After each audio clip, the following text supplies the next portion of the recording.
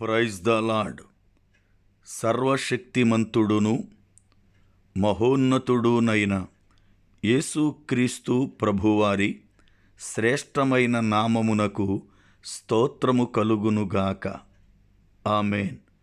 ప్రియులారా, ఈ దినము నవంబర్ 8 శుక్రవారపు ఉదయకాలము వేళ దేవుని వాక్యము వింటున్న మీ అందరికీ దైవజనునిగా living prayer fellowship ministries international మా పరిచర్య పక్షముగా నా హృదయపూర్వకమైన శుభములు.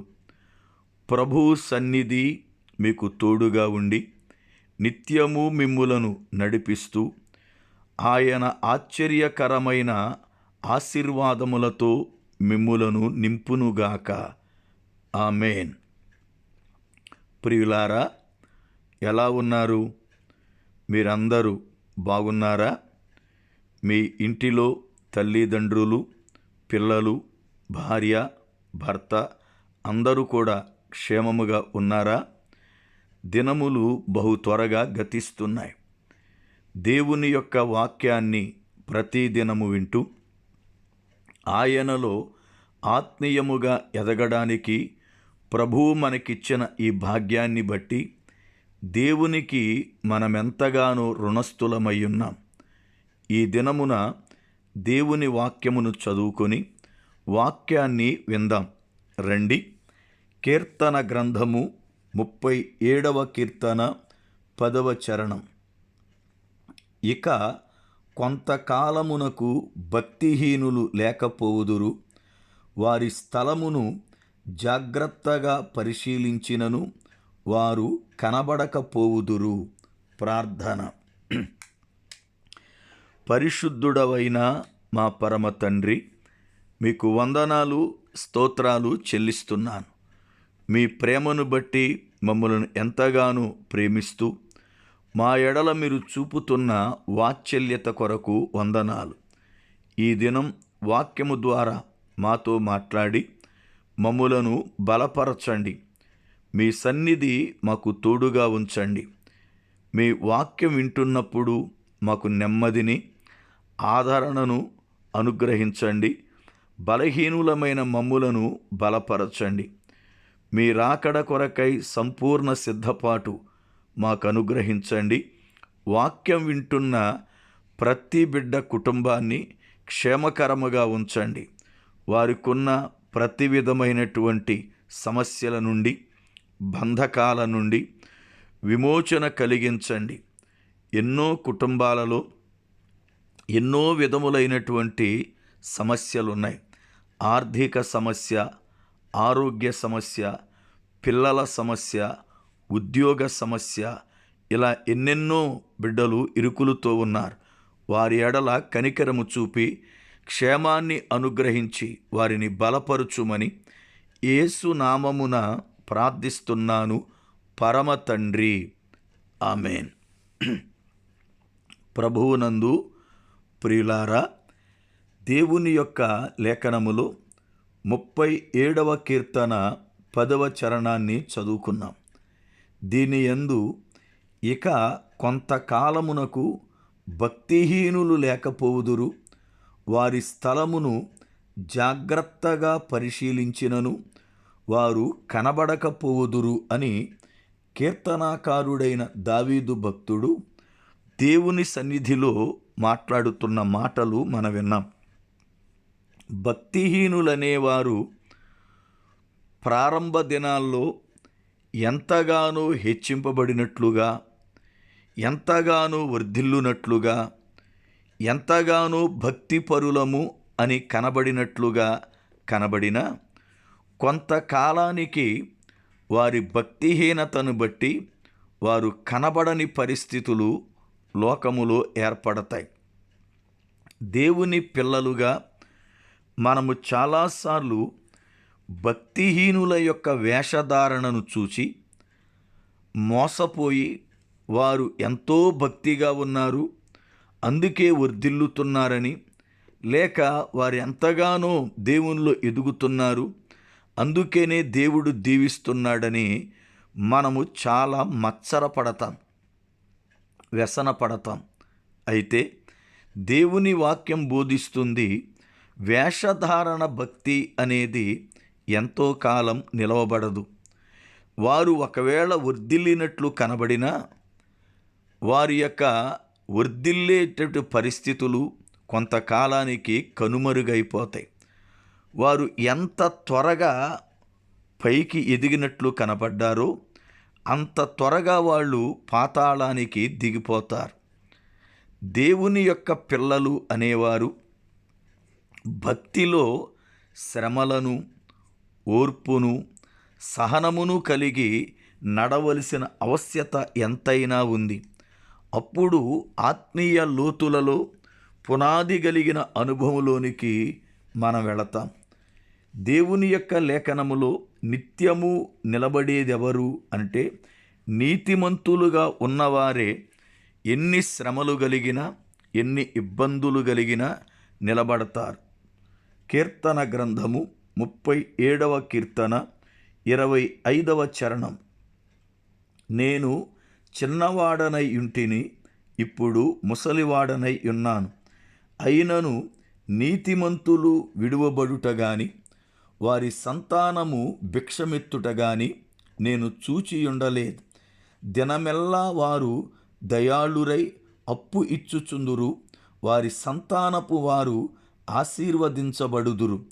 కీడు చేయుట మాని మేలు చేయుము, అప్పుడు నీవు నిత్యము నిలుచుదువు.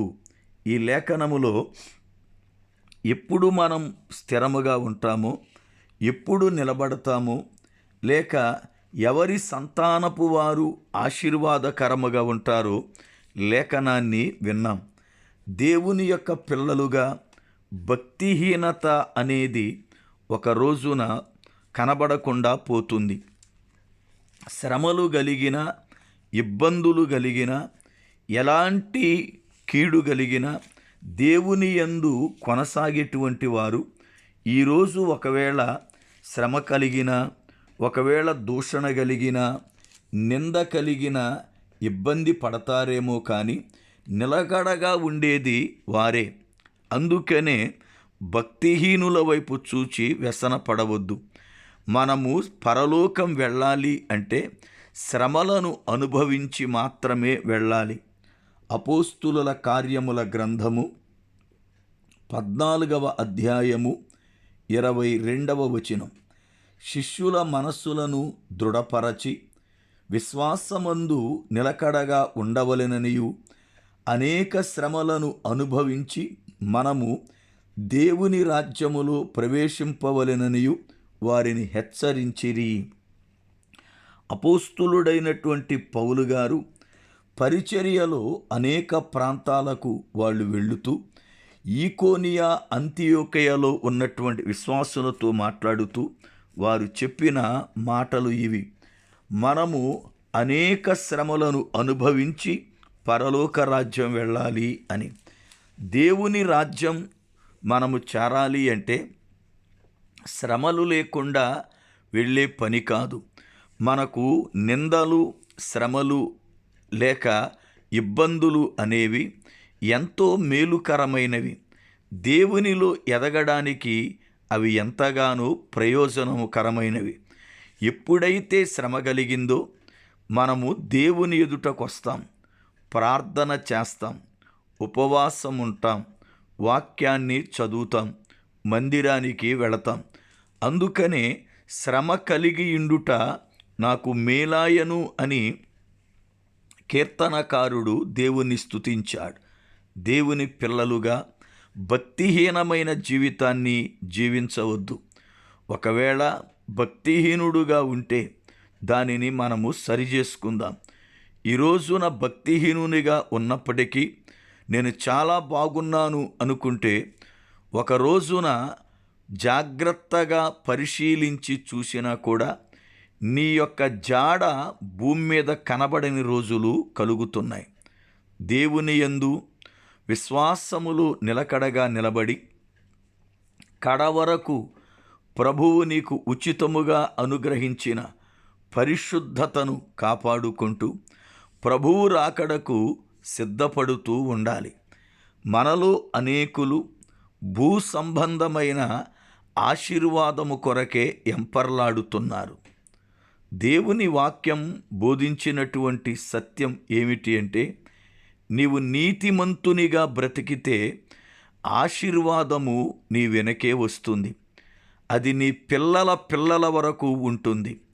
నీతిమత్వముగా లేక దేవుని యందు యథార్థముగా నిలబడక నీవు ఎంత ప్రయాసపడినా ఆ ఆశీర్వాదము నీతో ఉండదు. దేవుని యొక్క ప్రణాళిక లేక ఆయన ఆశ, ఆయన పిల్లలందరూ కూడా ఆశీర్వాదకరముగా ఉండాలనే ఆయన మనలను ఎంతగా ప్రేమించాడు అంటే, మనము ఆశీర్వదించబడాలని తాను దరిద్రుడైనట్లుగా లేఖనం బోధిస్తుంది. దేవుని పిల్లలుగా ప్రభువుని హత్తుకొని జీవించడం, లోకములో మనకొచ్చే శ్రమలను, శోధనలను, ఇరుకులను, ఇబ్బందులను చూచి కలవరపడకుండా ప్రభువు నాతో ఉన్నాడు అన్నటువంటి శ్రేష్టమైన నమ్మకత్వముతో సాగిపోవాలి. ఒకవేళ నీ జీవితములో ఎన్నో టెన్షన్స్ ఉండవచ్చు, ఎన్నో ఆలోచనలు నిన్ను కృంగదీయవచ్చు, ఎన్నో సమస్యల సుడిగుండములో నీవు చిక్కి ఉండవచ్చు. అయితే అన్నిటి నుండి నిన్ను విడిపించగలిగినవాడు, ఏ పరిస్థితిలోనైనా నీకు సహాయము చేయగలిగినవాడు, నిన్ను శాశ్వతమైన ప్రేమతో ప్రేమిస్తున్న నీ ప్రభువే. ఈ దినమున ఆయన పైన సంపూర్ణముగా ఆనుకుని ఆయనందు విశ్వాసముంచి మన జీవితాన్ని కొనసాగించడానికి మనలను మనము ప్రభువు చేతికి సంపూర్ణముగా అప్పగించుకుందాం. అట్టి కృప ప్రభువు వాక్యం వింటున్న మనందరికీ దయచేయునుగాక. ఆమేన్. ప్రార్థన. పరిశుద్ధుడవైన మా పరమ తండ్రి, మీకు వందనాలు, స్తోత్రాలు చెల్లిస్తున్నాం. ఈ దినమున వాక్యము విన్న ప్రతి బిడ్డను దీవించండి. వారి కుటుంబాలకు క్షేమాభివృద్ధిని కలిగించి వర్ధిల్ల చేయండి. యేసు నామమున ప్రార్థిస్తున్నాను పరమ తండ్రి. ఆమేన్. మన పరమ తండ్రి అయిన దేవుని యొక్క ప్రేమ, ఆయన కుమారుడును మన రక్షకుడునైన ప్రభువారి శ్రేష్టమైన కృప, పరిశుద్ధాత్మ దేవుని యొక్క అన్యోన్య సహవాసము, ఆయన సన్నిధి సదా మనకి తోడయ్యుండి నడిపించునుగాక. ఆమేన్.